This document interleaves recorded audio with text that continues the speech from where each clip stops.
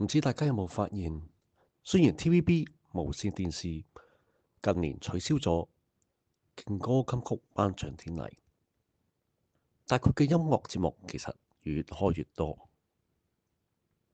後生啲嘅有星夢傳奇，中年嘅有中年好聲音，而且開完一輯又一輯。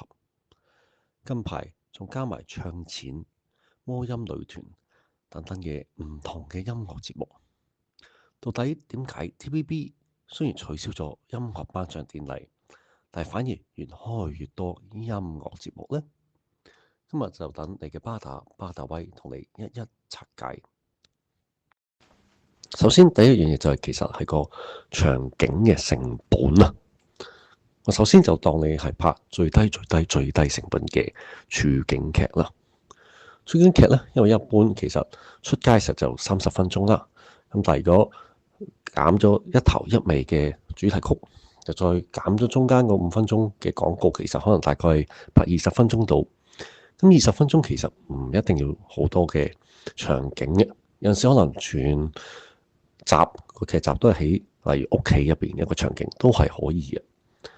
以而家一路播緊嘅處境劇《愛回家》為例啦，《愛回家》其實主打有3大場景啦。咁第一就係佢哋嘅屋企啦，因為佢哋會講佢哋屋企人嘅生活。咁無論食飯、拜年或者唔同嘅情況，都好多時用到屋企嘅場景。特別佢哋用愛回家呢3個字做主題嘛。咁但係如果你話集集都係愛回家，真係純粹屋企咁係唔得嘅。咁所以佢哋起碼佢有返工啦。咁當然可能以前就有學校啦。咁但係近期嘅集數其實可能少咗學校嘅環境。咁但係都要有返工嘅場景。咁返工都要分2節嘅場景喎。一個就係佢哋真係工作時候嘅 office 嘅場景啦。喺個辦公室入邊點樣傾偈，點樣鬥嘴。咁但係更多時候其實會影佢哋就係喺個餐廳入邊嘅茶餘飯後嘅時間，佢點樣傾偈，點樣去聯誼。咁所以嗰個餐廳場景都係緊要。咁簡單講，如果處境劇就係其實最基本有3個場景啦，就係屋企、office 同埋餐廳。其實呢個套路呢，唔係愛回家先用嘅，好耐以前黃子華同埋都姐嘅神作男親女愛都一樣係咁嘅。首先主打個場景就係黃子華啦，喺屋企同小強曱甴去傾偈，然後就間中就喺 office 入邊去同都姐去鬥嘴，跟住亦都有一啲場景就係喺個餐廳度聯誼傾下偈，同唔同事去鬥嘴討論，咁都係基本呢3個場景。咁所以處境劇個場景個成本已經叫比較低嘅。咁但係如果你話拍20集、30集，甚至乎咁長嘅劇集，個成本就唔可以咁嘅。如果集集都係喺個屋企、喺個 office，咁觀眾就會投訴，就覺得悶。因為一套劇集咁長嘅集數，咁長嘅時間去睇，係唔可以只係單一個場景入邊嘅，一定要有唔同嘅場景，觀眾先覺得有變化。所以其實拍劇集個場景嘅成本係高好多，而且無論係租啦，或者搭個景出嚟，都有好多細節要去計，包括當中嘅道具啊。如果你話拍一啲動作嘅劇集，就更加需要多啲嘅成本，因為成日都要可能打爛啲嘢啦。咁但係你唔係淨係打一次就成功噶嘛，好多時會有 NG，咁需要預備定幾個嘅後備嘅道具。咁呢啲全部都係錢嚟嘅。咁但係頭先都只係講緊一個時裝劇啫喎，因為更高成本就係古裝嘅劇集。古裝劇集以前有古裝街啦，咁再而家古裝街其實都未必夠滿足噶，可能要翻去內地。哇！咁翻去內地長租啦、交通費啦、酒店費，全部個費用都係幾何級咁樣上升。咁所以如果拍劇集嘅話，係個成本係非常之高，即係計場景。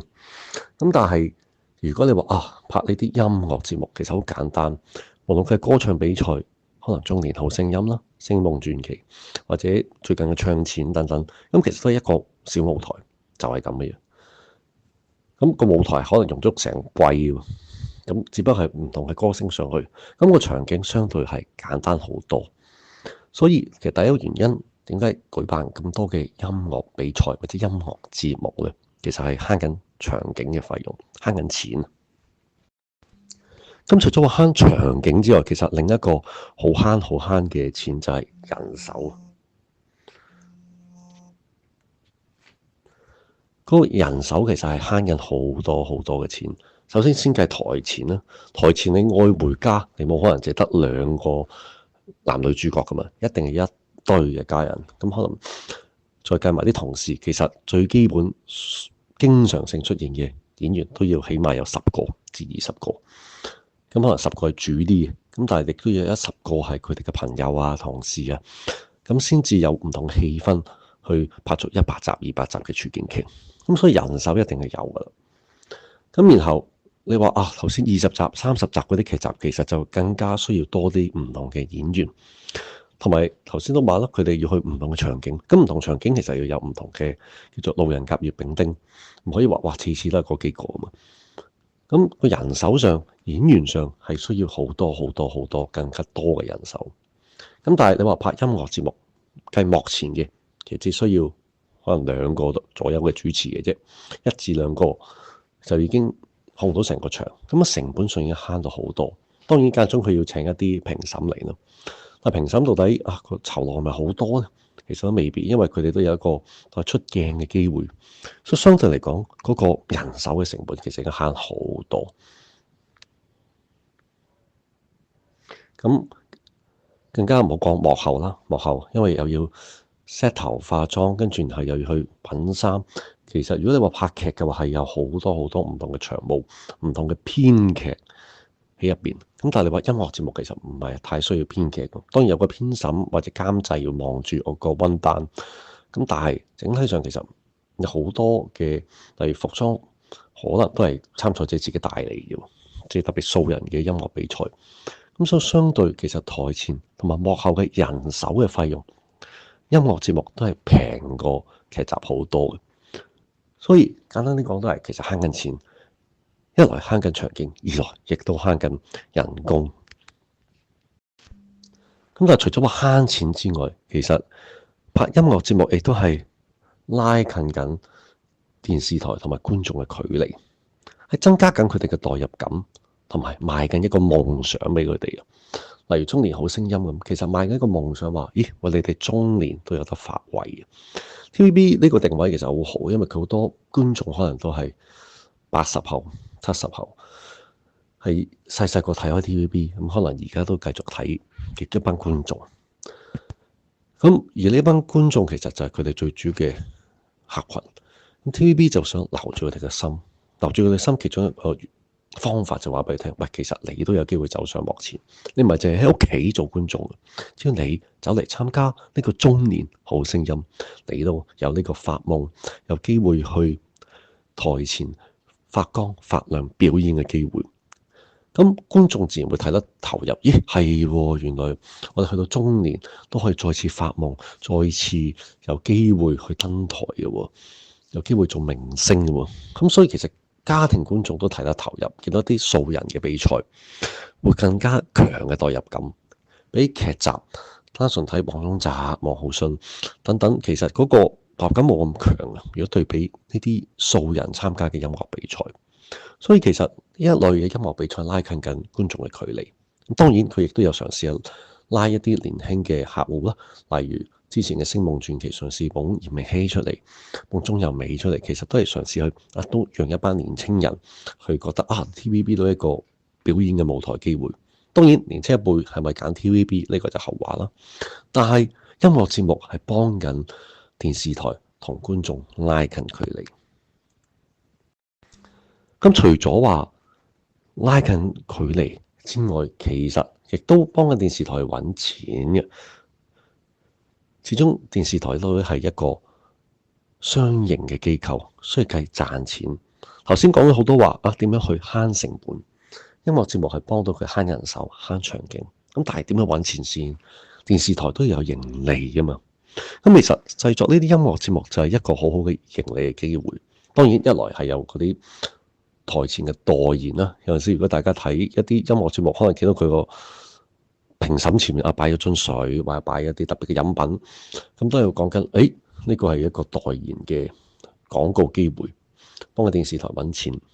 咁呢度再長遠少少，就係一啲參家者出咗線嘅，有機會去登台咯。特別如果攞獎嘅，咁就可以去唔同嘅地方，可能特別內地啦，或者一啲星馬泰嘅地方去表演。咁其實都係幫緊電視台揾錢，登台其實係幫緊電視台增加個收入，增加佢個盈利。所以其實都係捧緊一啲未來之星，一個低成本嘅方法去嘗試去揾出一個新嘅盈利。當然而家未必有機會可能出 CD， 始終 CD 冇咁流行，但係登台仍然係一個好好嘅盈利嘅方法。所以 TVB 舉辦緊唔同形式嘅音樂比賽，其實都係培養緊未來嘅新星去幫助登台，幫助盈利。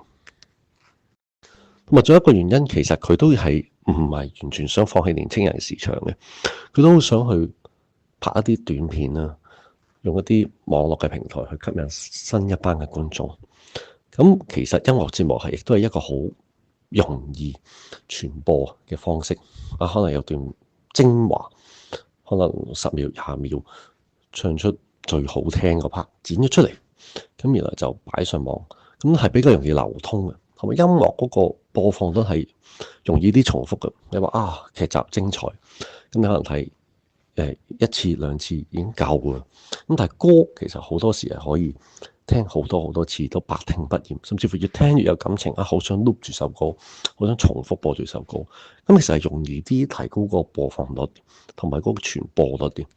咁所以音樂節目都係幫緊佢攞多啲嘅網絡上面嘅粉絲。所以整體嚟講，點解 TVB 越嚟越拍得多音樂節目？一方面係希望減省個成本，減省緊拍劇嗰種演員費啦，嗰種編劇費啦，亦都包括場景嘅費用。另一方面，亦都其實係拉近緊同觀眾嘅距離啊！希望觀眾投入啲，覺得大家都有機會去做明星，有機會去喺網絡度傳播開去。咁當然，如果真係成功嘅，甚至乎去登台表演。咁所以其實呢個音樂節目係一方面減低嘅成本，另一方面亦都增加緊盈利嘅好方法。呢個就係以上咁多個點解 TVB 越嚟越拍得多音樂節目嘅原因。大家又中意睇邊一個音樂嘅節目呢？歡迎留言話俾我哋聽。下次再見，拜拜。